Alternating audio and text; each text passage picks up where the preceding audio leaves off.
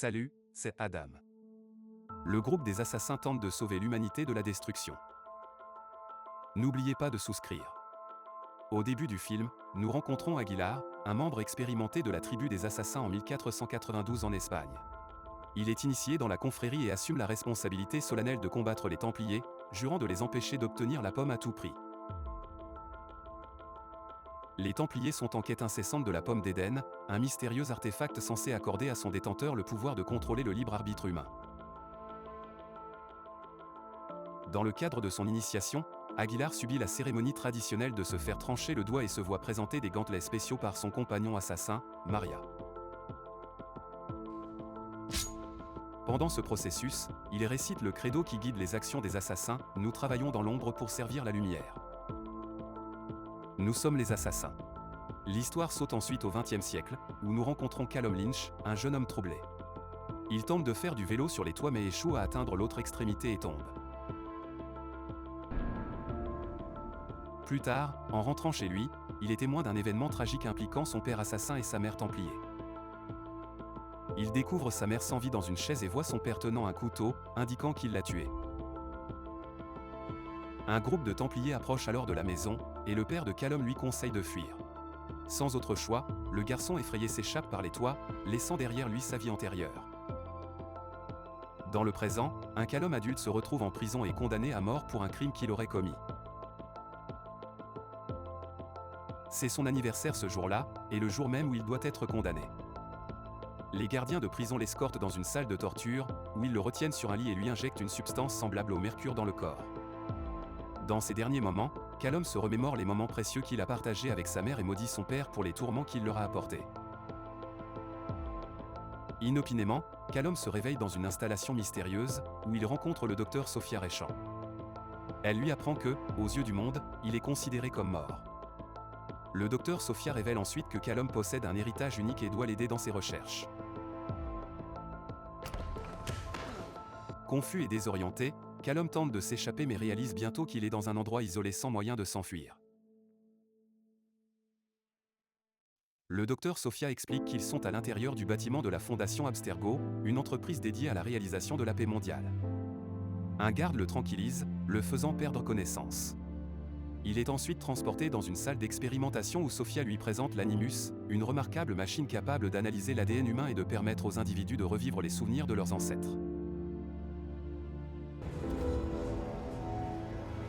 Malgré le refus initial de Callum, il est forcément connecté à la machine et commence à vivre des visions vives d'Aguilar, qui a vécu il y a plus de 5 siècles.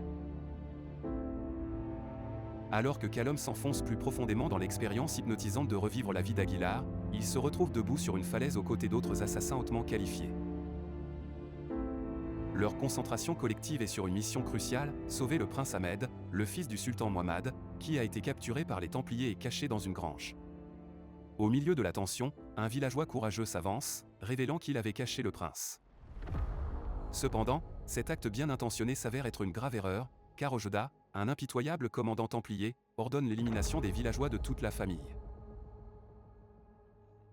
Les Templiers déclarent alors que toute la ville subira des représailles pour leur prétendue implication avec les assassins.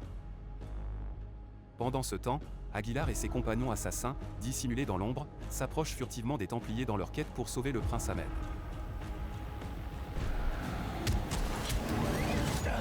Dans une attaque rapide et précise, Aguilar lance une attaque sur le commandant templier, tandis que les autres assassins neutralisent habilement les gardes protégeant le prince.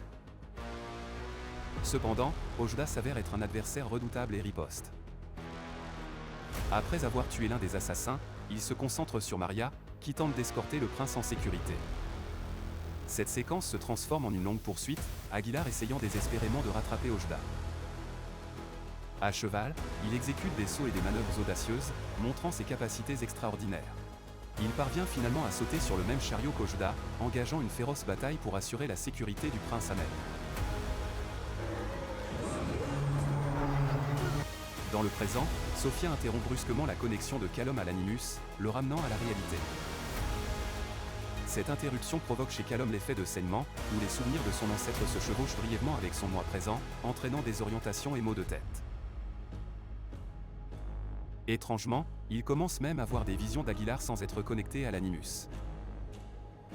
Dans la scène suivante, Sophia et son père, Riquin, discutent de leur progrès dans la localisation de la pomme d'Éden. À l'insu de Callum, ce sont en fait des Templiers qui croient que lui, en tant que descendant d'Aguilar, détient la clé de son emplacement. Le désir de Sophia de sécuriser sa place dans l'histoire des Templiers alimente sa détermination, tandis que Riquin est impatient d'obtenir la pomme pour poursuivre le but des Templiers de contrôler l'humanité.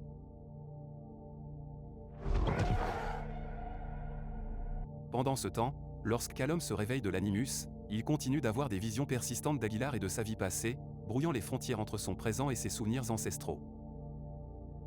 Sophia élabore sur le but de l'animus et souligne l'importance de la pleine coopération de Callum pour débloquer des informations et des souvenirs précieux de sa lignée génétique.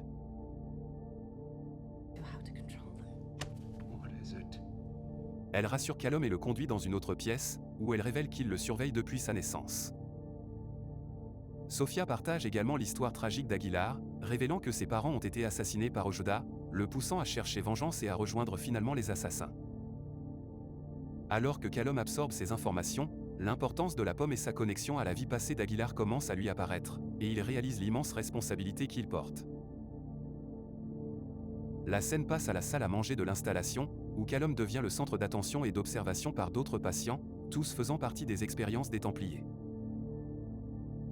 Dans ce cadre, Moza, descendant d'un assassin haïtien, tend discrètement la main à Callum, l'avertissant de faire les bons choix et de s'aligner sur la véritable cause. Il conseille secrètement à Callum de ne pas coopérer avec les Templiers. Pendant ce temps, les tensions montent alors que Riquin confronte Sophia au sujet des progrès de Callum, exigeant des résultats immédiats et la menaçant de la remplacer si elle ne se conforme pas.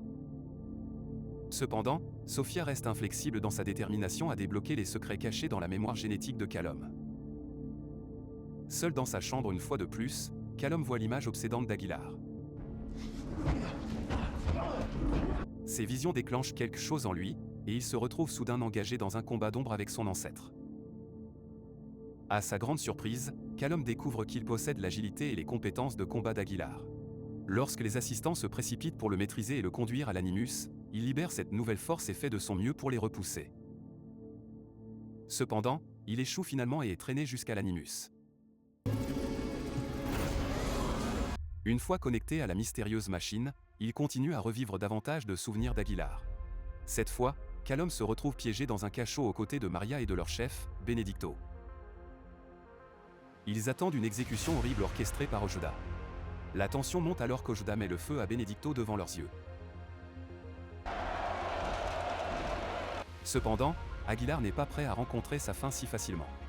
Dans un affichage audacieux de compétences, ils se libèrent, ainsi que Maria, de leurs entraves et déclenchent le chaos sur leur ravisseur.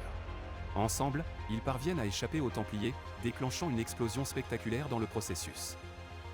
Les Templiers les poursuivent sans relâche, avec Ojeda et ses forces donnant tout dans la poursuite. Au milieu des poursuites sur les toits et des batailles féroces, Callum ressent l'exaltation des escapades palpitantes d'Aguilar.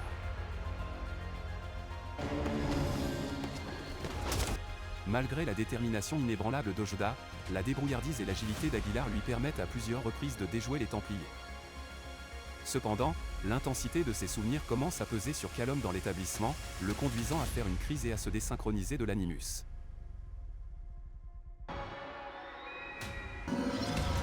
Préoccupée par son bien-être, Sophia intervient pour le calmer et lui fournir des soins. Après avoir repris connaissance, Sophia rappelle à Callum leur mission cruciale pour la paix mondiale et lui remet le collier de sa mère comme un poignant rappel de son passé.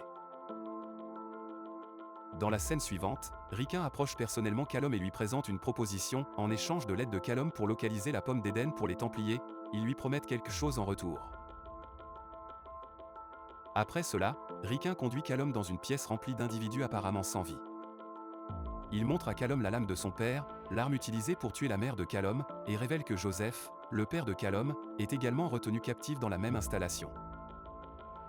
Lorsque Riquin quitte la pièce, Callum ramasse la lame et est choqué de voir une vision de son père se tenant devant lui. De retour dans son bureau, Riquin est confronté par Sophia, qui le réprimande pour pousser trop fort Callum. Cependant, Riquin croit que faire appel à la haine de Callum pour son père le fera volontairement entrer dans l'animus. Enfin, Callum confronte son père, Joseph, après des années de colère et d'amertume. Joseph explique que sa mère a choisi la mort plutôt que d'être utilisée par l'animus et s'est sacrifiée pour le protéger, lui et le credo.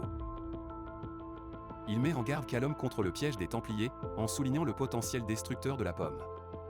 Malgré sa colère, Callum promet de trouver la pomme et de mettre fin au credo pour ce que son père a fait. Il remet ensuite le collier de sa mère comme un symbole de sa détermination et accepte volontiers d'être connecté à l'animus. Alors que Callum est ramené dans sa chambre, il est attaqué par l'un des descendants de l'assassin. D'une manière ou d'une autre, il parvient à se défendre jusqu'à ce que les gardes interviennent. Take me to the Animus. À la suite de cette altercation, Callum retourne volontairement dans l'animus, se plongeant une fois de plus dans les souvenirs d'Aguilar. Cette fois, Aguilar et Maria localisent la pomme en possession du sultan, qui prévoit de l'échanger contre la libération de son fils. Lorsque le grand maître templier, Thomas, ouvre la boîte contenant la pomme, Aguilar et Maria lancent une attaque sur les soldats, provoquant le chaos. Aguilar parvient à tenir Thomas en joue avec un couteau, mais simultanément, Ojeda fait de même avec Maria. Cela mène à une impasse tendue entre les deux parties, aboutissant finalement à la mort de Maria pour protéger le credo. Enragé par la perte de sa chère amie, Aguilar lance une attaque brutale contre Ojeda et le tue finalement avec la lame cachée de Maria. Il s'échappe ensuite de la scène avec la pomme d'Éden. Aguilar se ferait un chemin hors du tunnel mais se retrouve encerclé par des soldats. Néanmoins, animé par la détermination de protéger la pomme, il saute par-dessus un pont et dans l'eau, nageant vers la sécurité. De retour au présent, l'animus commence lentement à se désintégrer. Cependant, étonnamment, Callum reste indemne et toujours connecté à Aguilar. Les scientifiques autour de lui observent avec impatience alors qu'Aguilar rencontre Christophe Colomb et lui remet la pomme, faisant jurer à Colomb de la garder en sécurité et secrète jusqu'à sa mort. Après cette révélation, Sophia ordonne rapidement à ses hommes de déterrer la tombe de Colomb dans une quête pour trouver la pomme d'Éden. Simultanément, d'autres assassins dans l'installation ressentent les changements en cours et se lancent dans de féroces batailles avec les gardes pour atteindre Callum et potentiellement l'éliminer. Pendant ce temps, Callum se retrouve dans un paysage mental, entouré d'Aguilar et d'autres assassins du credo. Dans un moment de révélation dans ce paysage mental, Callum voit le visage de sa mère, habillée en assassin, le menant à trouver la pomme. Désespéré de sauver la situation, Riquin ordonne à ses hommes de purger l'installation et se prépare à s'échapper. Pendant ce temps, les autres assassins prennent avec succès le contrôle de l'installation, éliminant les gardes et avançant vers l'animus. Joseph, le père de Callum, se bat également avec bravoure mais trouve la mort dans le processus. Lorsque les assassins atteignent enfin l'animus, ils sont stupéfaits de voir Callum converser avec sa mère décédée, qui souligne l'importance du credo et l'encourage à arrêter le mal.